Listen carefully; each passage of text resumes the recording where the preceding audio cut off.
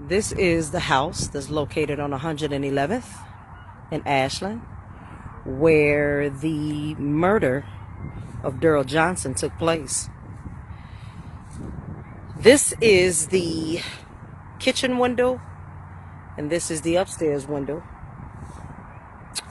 And as you can see, the distance between the kitchen window and the walkway is rather very, very close.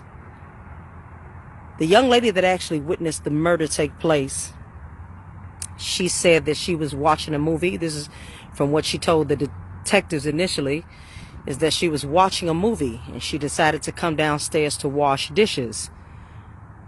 As she began to wash dishes, she looked outside of her window and saw the murder of Daryl Johnson take place. The detectives reached out to her, and initially her mother told her not to get involved, and she was also dating a young man who had gang affiliation, and he also instructed her not to get involved. But sometime in between the detectives questioning her and her listening to her mother and following instructions from her boyfriend, she must have gotten convicted. And so the very next day she contacted the detectives, and she further went on to tell them what she had witnessed, which was the murder of Daryl Johnson take place. And the person that she saw murdered Daryl Johnson was not, in fact, Richard Wash. So you see the distance between the kitchen window and the walkway is very, very close in proximity. And after he murdered Daryl Johnson,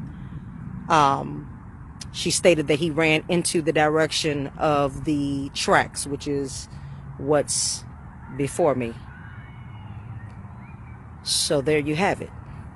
This is the house on 111th where the murder took place, and this is the window that the young lady gave her testimony and said that she was washing dishes and she could clearly see the distance between where the murder took place and where she was standing washing dishes. She witnessed the murder right here at this location, right here on 111th in Ashland. Earlier this year, you mentioned the notorious Chicago police commander John Burge was released from a halfway house after he served 4.5 years for lying under oath. Now, he was accused of leading a torture ring that interrogated more than 100 African-American men in Chicago in the 70s and 80s. Routinely, electric shock, suffocation with plastic bags, and typewriter covers were used, among other methods, to extract confessions from men who were later shown to be innocent. Luxury things that come with this so-called lifestyle that they said that we was living. To me, it was more political than anything. They grabbed a bunch of guys and they held us down in MCC, and as time went on, they did what they considered was an ongoing investigation. While I was in custody, I was charged again a year later with conspiracy murder to a friend of mine that I consider family, a guy by the name of Daryl Johnson. I don't want to get too much into that case, but I also want to, touch on it a little bit as well, because everyone that so-called testified against me in my trial about this case was given some type of, immaculate plea deal. They was looking at life in prison. One of them wound up getting 7 years. One of them wound up getting 9 years. And the most one of them got was 18 years. And this is where I'm sitting now, where my lawyer, he didn't do proper investigation of my case.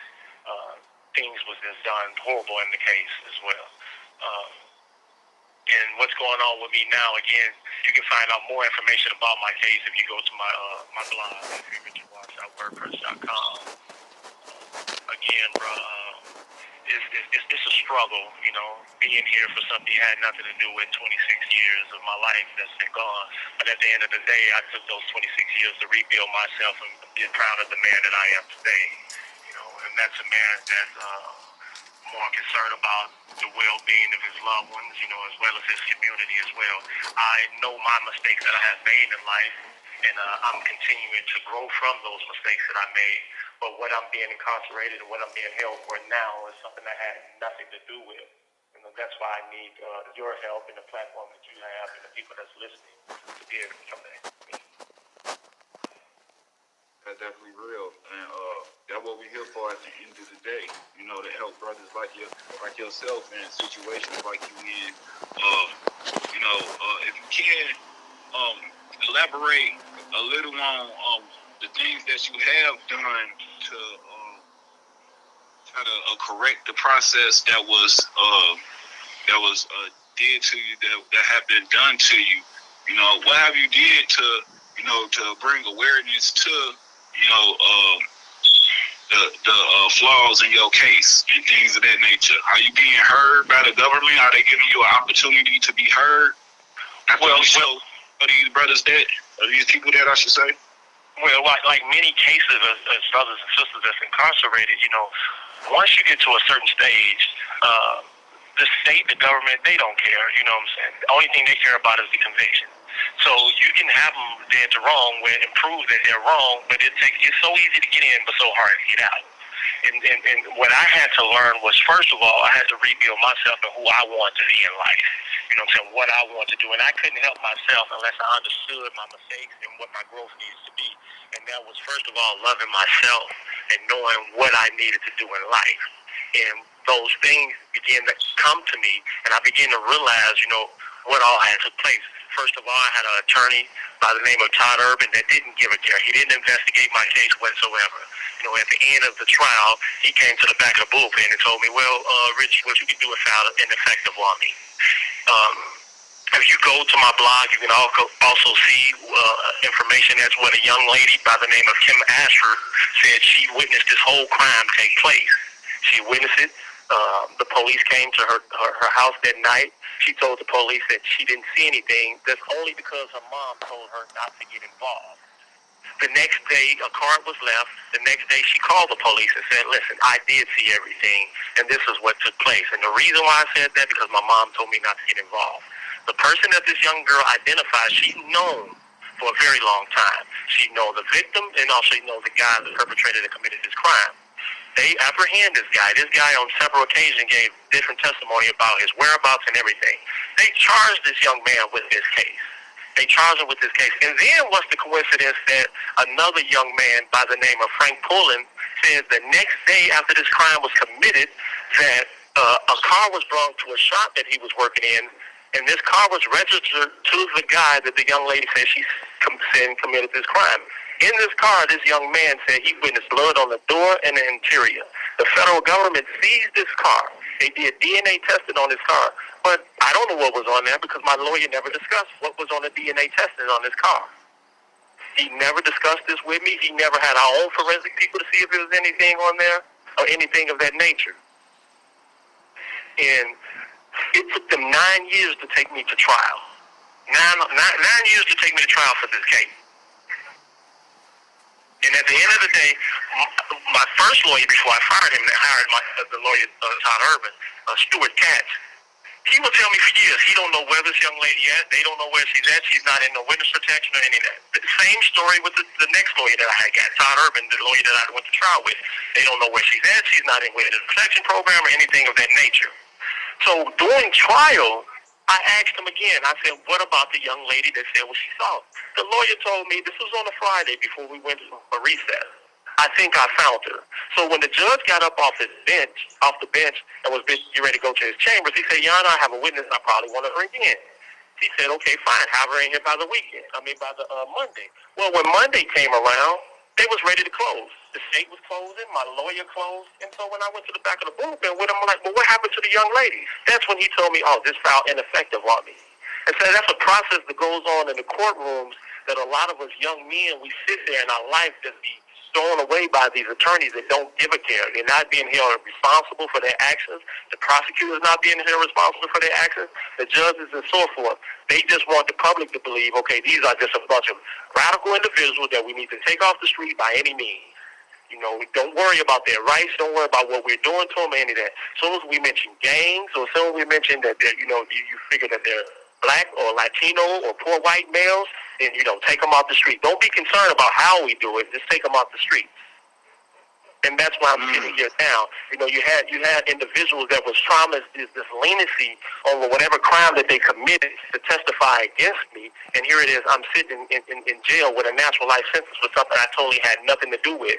And if my lawyer would have did his job, if my lawyer would have investigated this case properly, if he would have talked to this young lady, if he would have brought this young lady in for questioning, so we can be able to question her, then maybe I wouldn't be sitting here with a natural life sentence for something that had nothing to do with. That's definitely real. That's real. That's definitely real. And at the end of the day, you know what I'm saying, coming to jail when I was basically 20 years old, I had to learn how to become a man on my own, you know what I'm saying. I lost a lot of family members on the way, but you begin to try to understand, what is it that I did wrong in life, and what is it that I need to do right in life? And one of those things was I had to understand, again, I had to try to understand myself, who I was and what I want to be. I want to be a great dad. I want to be a great son. I want to be a great uncle, you know what I'm saying, and also a pillar to my community. But if, like you asked me earlier, if I have anything to say to the young men out there and young women, you have to stop and think. Because at the end of the day, you can be held accountable for somebody else's actions that have nothing to do with you. You can be sitting in prison because of a name you have made for yourself, this illusion that people think that you're this kind of way, that don't want to give you the benefit of the doubt, and you'll be sitting in this prison with a life sentence and your life was gone. And you're trying to fight so hard to get home, but it's hard. At the end of the day, it's hard because you're not just fighting the United States of America. That's who I had to fight, dealing with the government. I had to fight, the state of Illinois. Wow. And at 20 years old, fighting the state of Illinois and the government at the same time, you had your hands full, and especially with not having adequate counsel, I should say, at the end of the day. Yeah, that right there is not no good look. Do you feel that you've been railroaded because you were on the case with Larry Hoover? Do you feel like if you were just part of something else, or if he wasn't connected to it, that you wouldn't have such a stiff punishment? Well, yeah, at the end of the day, it's an article that came out November 1st in this magazine called Newsweek, and it breaks down a lot of the stuff that how the federal government was thinking at this time. They went to talk to the president of the United States at this time, that was Mr. Bill Clinton, about this case. They showed the so-called bug that they put in the ID to go to the penitentiaries and make this case. But if you look at the story that was built in this case, they said $100 million a year for the last 20 years before 1995. And also they said that 1.5 million kilos of cocaine that was distributed throughout the organization since that period of time. Again, not one piece of drug that was brought to court, not one, large amount of currency, nothing whatsoever. So all this was politics. It was political, because at that time, as a lot of people that begin to grow in life, we wanted to become a part of politics. We were starting to get people to register to vote. We were starting to get, food drives and all that. And so when you're doing something right, that's wrong to them. Like right now, the so-called mayor of Chicago, what she said, okay, we want to start suing, gang members. Well, why don't you take that same attitude and go sue the Arabs that's in our neighborhoods, with these drugstores and everything that's pumping these, liquor or another substance into our kids. Why don't you start by suing them? Have you thought about going to sue Smith and Wesson? Do you hold them accountable? And I don't have the right to speak on, Mr. Larry Hoover. At the same time, you have a man that's been incarcerated almost 50 years. 50 years since he was a youth. And you have him in there with all this time for what? For drugs? You have let other people out for drug offense, but you don't want to let this man out? Why? Give him a chance. Maybe he do have the voice to change what's going on out there. You never know. You have to take a chance. And I think that's what's wrong right now. There's no one thing that's going to fix the situation that's going on out there, and then what's happened to me in my situation. It's going to take us as a whole, as a collective, to come together to get stuff done. And be it, like the platform that you're giving me now, this is my first time really doing this, and I appreciate it, and I'm a little nervous. I know I'm somewhere everywhere with my conversation, but at the end of the day, you have a better understanding, again, if you go to my blog, if you're listening to go to my blog at freerichardwatch.wordpress.com. But, we all have to pull together and try to do something to save our community, save our kids. Because if not, I'm sitting in the penitentiary. I've been sitting in the penitentiary for 26 years, and I'm witnesses what's happening right now today. People, we don't want to look at the mental health that's going on in our communities for years. But we'll sit up here and lock a kid up and say, oh, he know what he was doing. He's normal because he said hi to you and he said goodbye. He cussed you out and he's functioning. We're dealing with behavior disability. We're dealing with mental learning disability. We're dealing with slow learning disability. All type of disabilities in our community. And the kids that even with myself, I had to come to terms that I had some form of a disability. You know what I'm saying? I'm probably most likely a mental disability or something. And I'm not no psychiatrist and I can't tell you exactly what it is, but I knew it was something going on. But I had to fall back and I had to try to understand who I was and what I need to do in life. And that came with reading the Bible, reading the Quran, looking at more positive things, outlooks on life, not blaming nobody else's for me being here, being incarcerated. But at the end of the day, brother, it hurts knowing that I'm in prison, first of all, for a crime I did committed against someone. That's not anybody. Someone that I consider my family. And for me to be sitting here with a natural life sentence, it hurts. But at the end of the day, I have to fight. I have to continue to fight. Indeed, bro. Indeed. That's definitely real.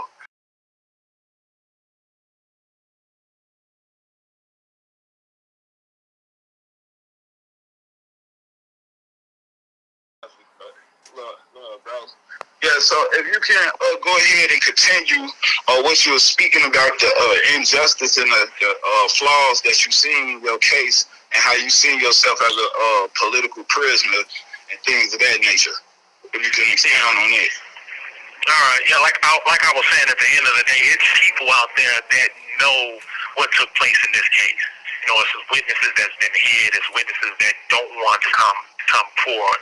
And I sit back and I think about that witnesses that know what took place and don't want to come forward. And I had to come to terms that a lot of people might do want to come forward, but they're scared. They're scared to sit in the courtroom and be in an atmosphere that they're not comfortable with, something that they're not used to. And so that's why you don't have a lot of our people coming to testify on our behalf, because they're scared. And those that come to testify against us, they're basically being forced to testify against us because they have something over their head. Either, something going on with their children or something, or a previous case or something. But it's a young lady and a young man know what took place in this case. They knew it. My lawyer failed to communicate with them. Now here it is, 26 years later, that these individuals, they don't want to help me because they don't want to leave the comfort of their home, the comfort of their community, what they're doing to come help me. And so I'm left with sitting here trying to prove my innocence by all means and going to continue to do it. But at the end of the day, I need these people help. Would it make it better if these people come out and help me? Yes, it will. Because it clearly shows what took place, what evidence that was hidden in my case, and it probably will release me right away. But again, I try to understand, this young lady, she was 16 years of age, this young man, he was 17 years of age. It's not like they made this stuff up. They had someone charged with this case in the custody for a year, or when the federal government said, we're going to come after, the organization, they said, oh, no, we're not going to go with that theory on this is what took place. with this situation, with this young girl and this young man that have no ties or nothing to do with anything. We're not going to go with that. We're going to go with what makes headlines look better. We're going to go with that these guys took this young man and did this to him because they felt as though he was going to cooperate against them because he got caught with 2 kilos of cocaine. That made the story look even better, saucier, or however you want to define it. But at the end of the day, this young girl and young man know what they saw. And I'm not just saying this. You can go to my blog and you can see in police reports where they have talked to agents, they have talked to federal agents, they have talked to police officers, but they failed to bring these people to court. My lawyer failed to bring them to court. The state wasn't going to bring them because they went with another theory. Let's make it look better. Let's take, you know what I'm saying, these other guys that we had all this stuff against and say, this is what happened. And then I have to also ask myself, and people ask me, well, why me? Well, I think because my close ties to Daryl Pops Johnson. You know, people have formed their opinion on him over the years, but I think my close ties to him is what brought me further into the conspiracy. Because as we was going to trial, countless attorneys was telling me, you know, my co-defendant's attorney, we don't even understand why you're here. You are going to, they're telling me I'm going to beat the case. Well, apparently they didn't know what they were talking about because I got found guilty and sentenced to 30 years for drugs. Because someone said, one of the people that became a government witness said that I was there a day he noticed 2 kilos of cocaine was being sold. Let's just say even if I was there, which I wasn't, if I was there, I should get 30 years in prison for that. Not that I sold him the drugs or had any profit off these drugs. It's because he said he noticed me there, that I got 30 years in prison for that.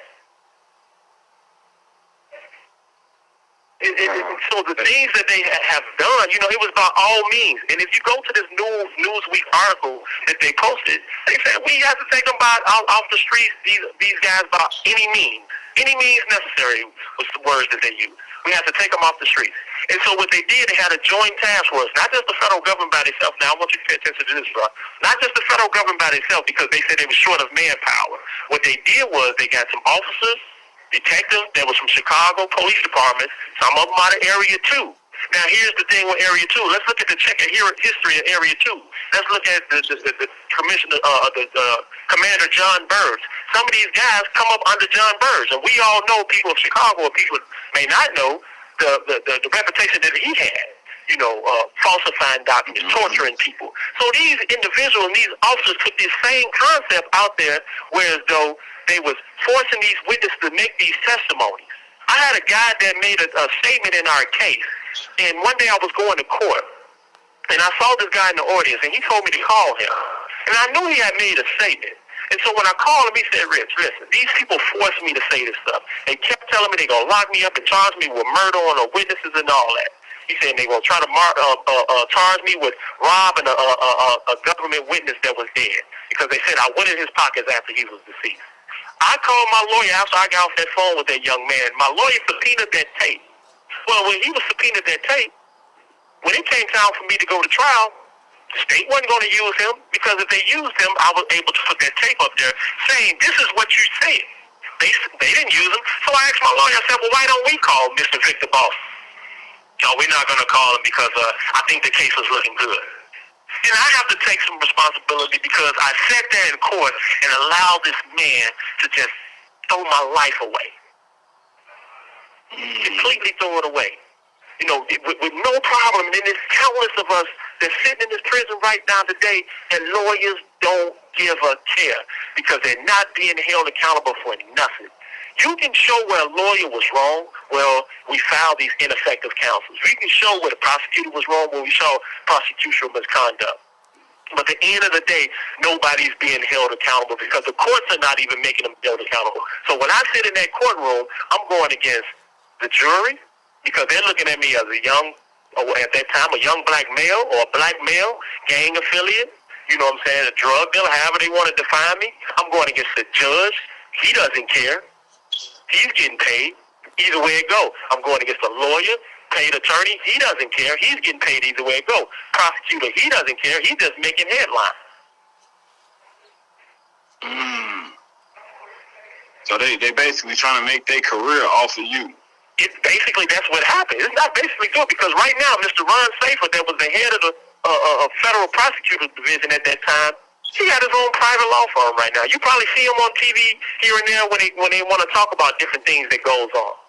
But do you want to talk about the prosecution misconduct? Do you want to talk about these bogus detectives that you had working underneath you? And for years I've been trying to figure out, find out more information about their background and what they have done. I had a couple of information on a few officers that had checkered background. Well, one of them, Mr. Louis Caesar, he was known for falsifying documents, coercing witnesses, placing gun in witnesses' mouth. It was OPS report on that, where when you try to file a freedom of information on that, you have all type of roadblocks because they don't want to give you that information.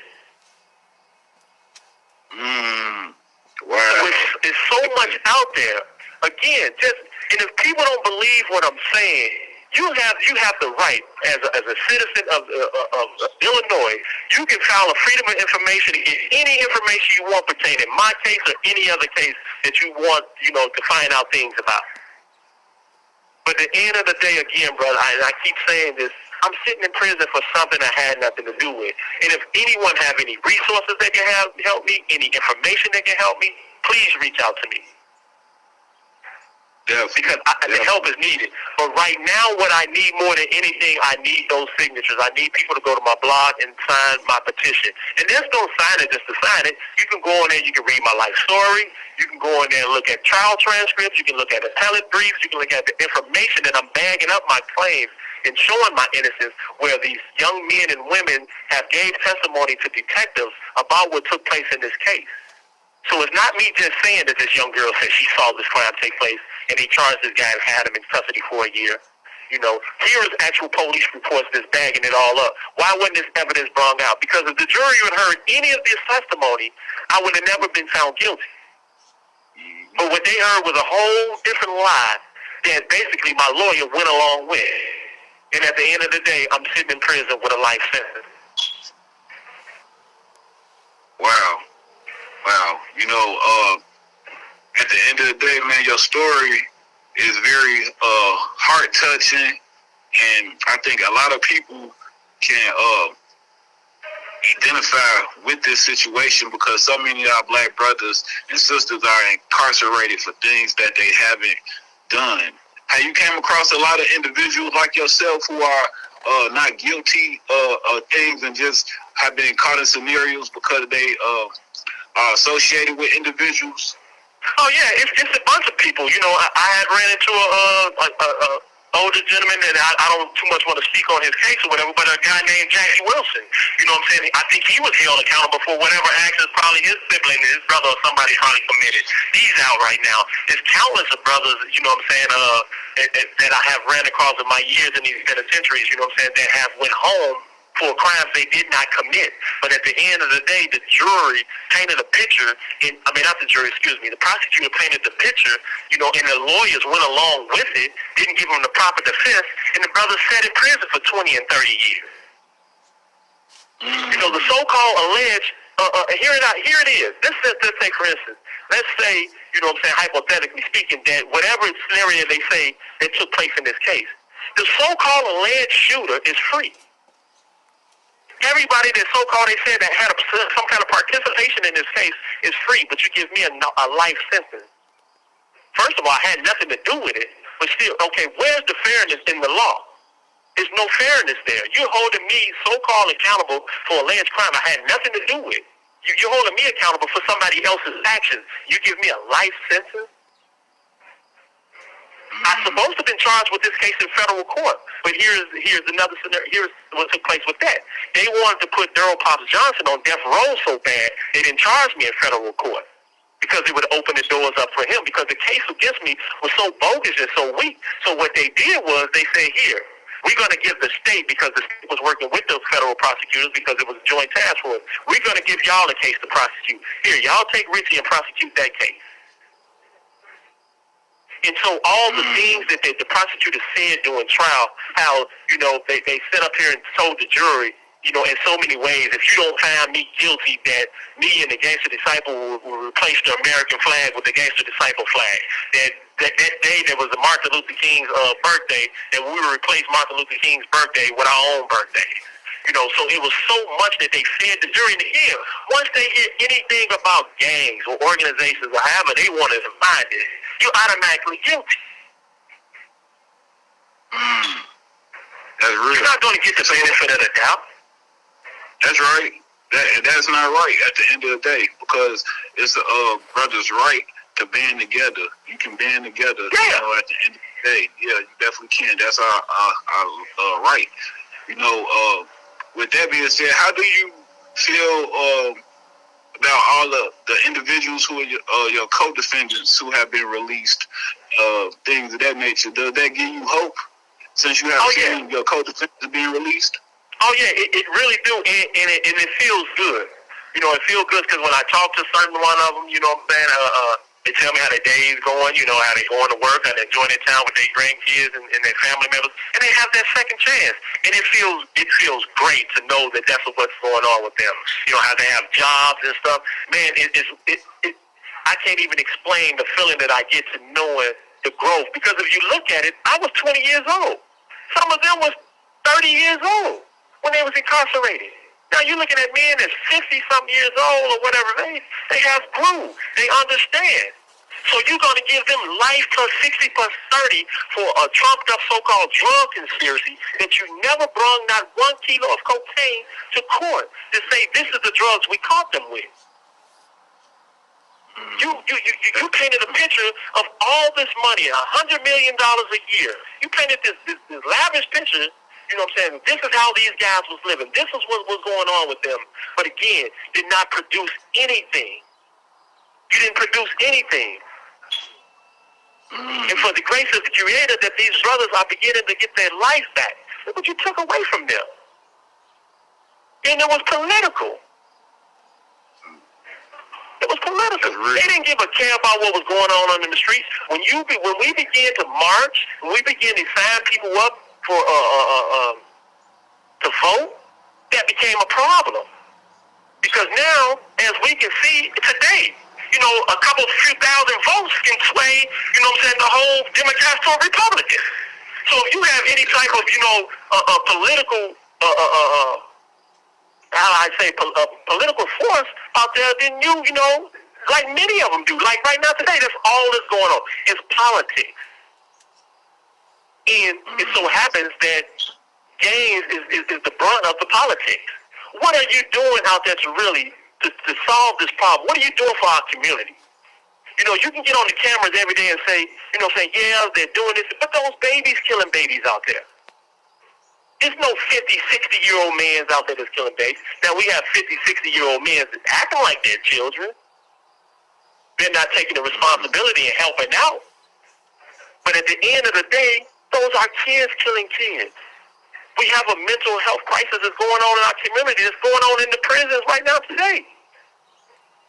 They're living in two realities that I say out there. It's reality and it's virtual reality. And once they come in the penitentiary, reality sets in. The virtual reality, the partying, the drinking. And then once you get here, and you've been gone for so many years, and these people, and I tell these young men around here today, they got 40 years at 100%, 50 years at 100%. With a crime, probably 25 years for the murder, but they gave them 25 years for gun enhancement. And I asked them, what's the difference between your 40 and 50 years and my natural life? It's no different because we all on the timer. We all sitting in this bed, and the possibility we might not wake up the next day. That's real. Now, but all of us... Go ahead. Go ahead. No, go ahead. Go ahead and finish your thoughts out. But all of us have a part to play. It's not, the police officers, they would need to help us. It's not, the mayor, the governor, or whomever. It's all of us have a part to play. I have a part, even where I'm at. I have a part that every young man that I come across that's in here that's on his way home, I try to give him something positive. I try to let him know that this place will never shut down. It will always be here.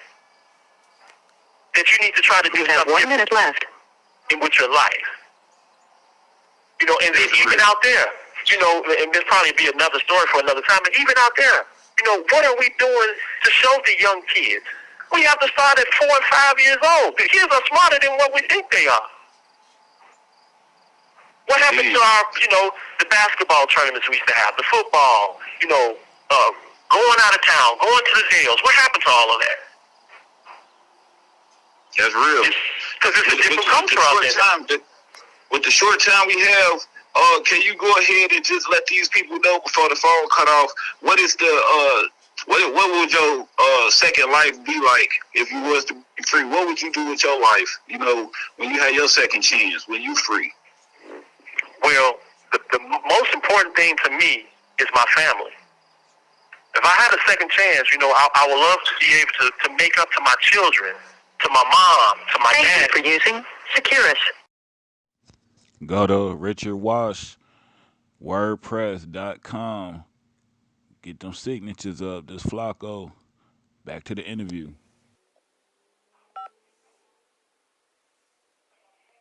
Hello? Yes, sir. Yeah, bro. Okay. You want to repeat that last thing to me, bro? You was asking me? Okay, let's go. Let's start off where we were just at. Okay, you go ahead and describe to the people what they would expect out of you when you get free, and what would your second opportunity be like in life? Right. Well, again, like I just told you, if I was able to have my life back, brother, the first thing I would have to do, is get with my family, man, to be able to show them real love. I have grandkids now. I have nieces. I have nephews. I have countless of family members. I have lost a lot of family members. But at the end of the day, I want to be able to make a positive change. And starting, again, with myself. Every day I get up, I'm at work with myself. I'm trying to do something different than I did the other day.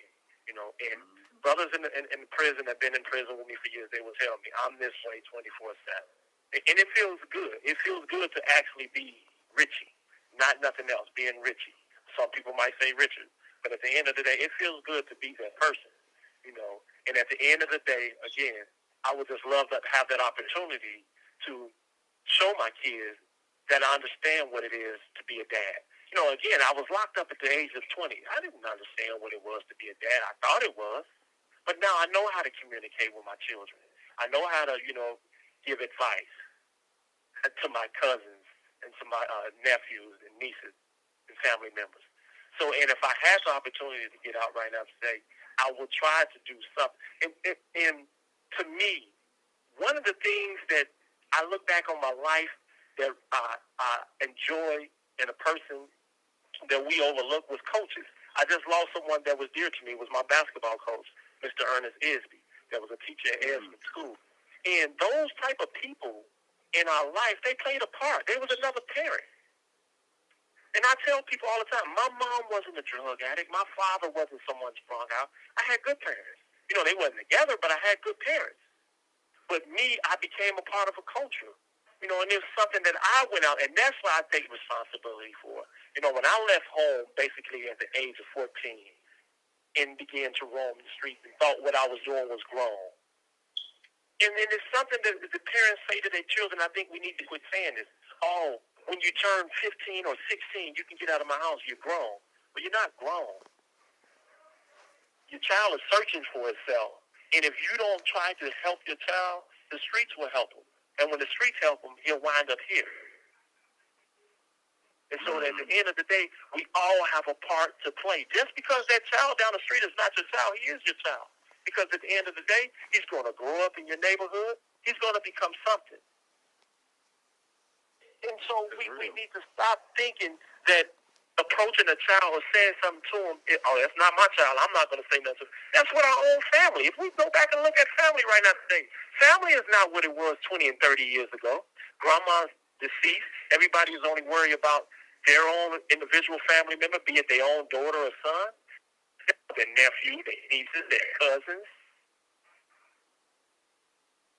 Many people, I asked a family member of mine this last year, when have you went to the cemetery and visit one of our loved ones to clean off the flag? When have you done that?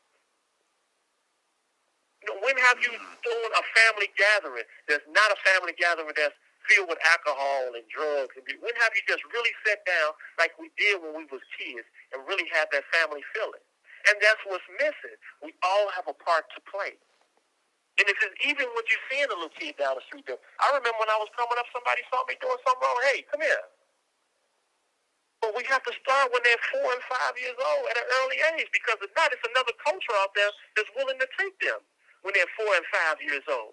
Because soon as this culture right here, that's 15 and 16, go to the penitentiary, then those 4 and 5 years old is the next one's up. So where do it stop at? Who's going to help stop it? It has to be us. It doesn't take nothing for someone to go spend $500-600 to go buy some bats and balls or soccer balls or whatever and start our own little soccer teams in our own communities. It comes play the people that's in Morgan Park, play Roseland, or someone in Inglewood. We should start our own teams.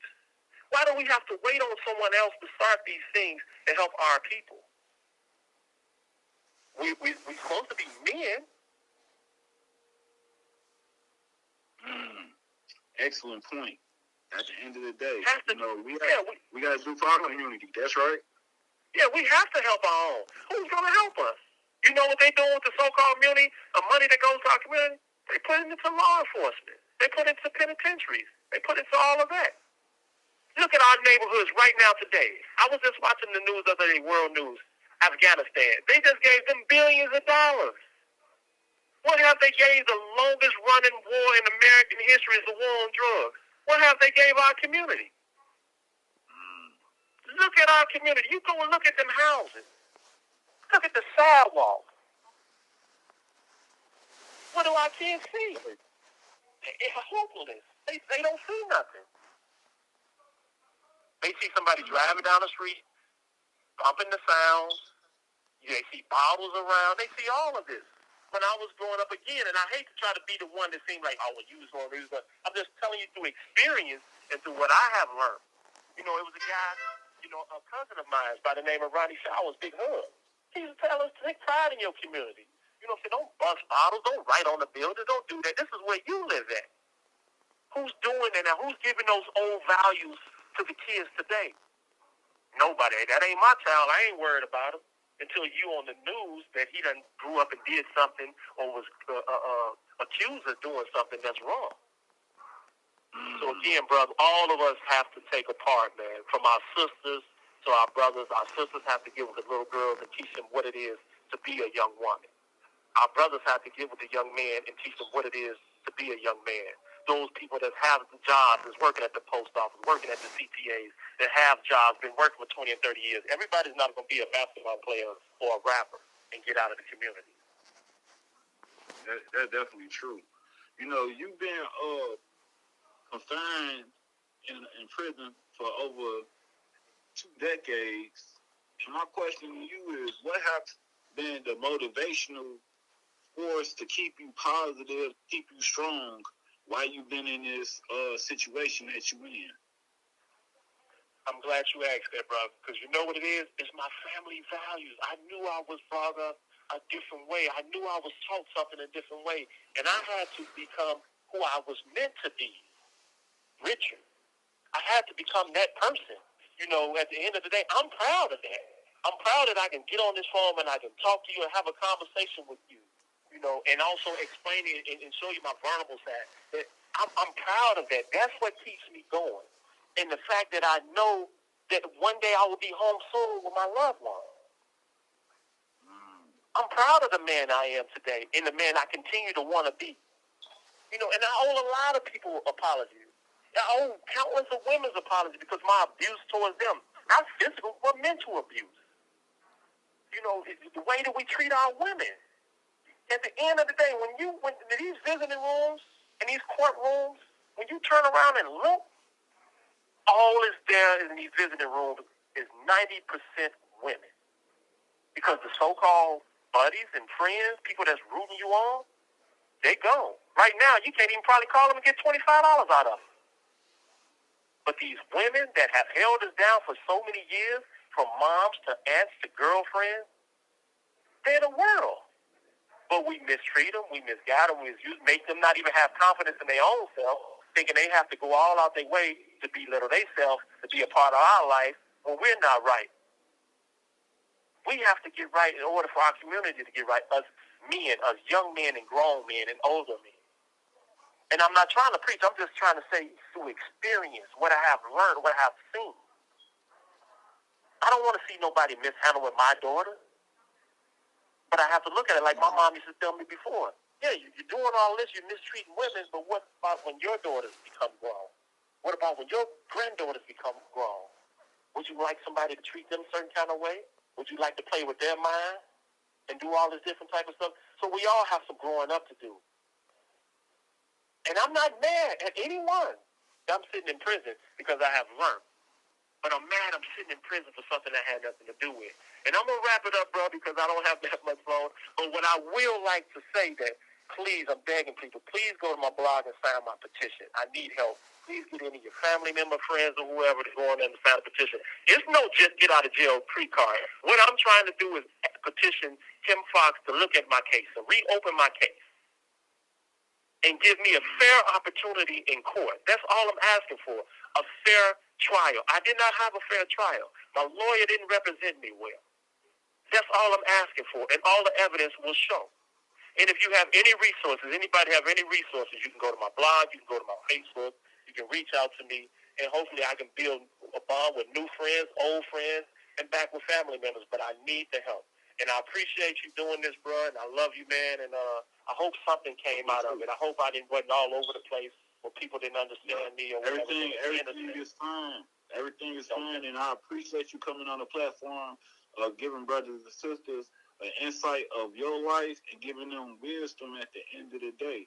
You know, this is just the start of something beautiful. It's going to be many more platforms that you're going to have to speak on at the end of the day. You will be back on Flacco Santana TV. I would love to do this more weekly with you, you know, so brothers and sisters can have more of your input and insight at the end of the day. So this is the start of it. And then we're going to keep on building until you get your case reheard and you free on the street so you can hug your family and kiss your family. Ain't no doubt about it. And one more thing, if I can say, it's a young man by the name of Derek Jordan that's incarcerated with me, been gone for almost 30 years, since he was 14 years of age. He has a documentary out. It's on my Facebook, and you can probably go to his Facebook and look it up. Or I think it's on YouTube as well. It's called A Child in Prison. And I think everybody should look at that. It brings up, the bogus things that Area 2 police station have done and everything. So if you can, please go to Derek Jordan's site as well. That's someone that I hope you will be talking to within the next week as well, where you can have a conversation with him if possible. Indeed, definitely. Everybody check out the Derek Jordan story. It's on Flacco Santana Facebook page. It's definitely on there. Check that brother's story out. He will be on the platform as well. We're giving all political prisoners a voice on this platform so they can be heard and so they can be free and have a process done the correct way, and get these brothers out of them cells, because nobody's supposed to be in these cells. These cells is animalistic. These cells create conditions that's not for human beings at the end of the day. And we got to get our brothers out of there. We are not animals, and we're not criminals, and we're not going to just sit and let brothers be persecuted and crucified like Jesus for things they have not done. So I'm with you on that, brother. Anything else you want to say before we conclude this interview? Well, again, thanks everybody for listening, and I hope you got something out of it. I hope someone got something out of it. And again, you can reach me at freerichardwatch.wordpress.com. Please go on there, have your friends, family members, or whoever go on there and sign my petition. And read it as well. Don't just sign it just to sign it. I want you to read it and get understanding on what you're signing and what you're looking at. Again, there's trial transcripts on there, documents and everything. Everything's on there. And I appreciate everything, bro. And I'm hoping that, one day our streets out there will become safe. I'm hoping that we will come together, and this right here can spark something. You never know where your motivation may come from. I might have said something that sparked somebody to go do something right. And let's just continue to do this, bro. And again, I appreciate you, man. And more than anything. I love you, man, and take care. Okay. Love you too. I appreciate you. Stay strong. Love. All right, bro.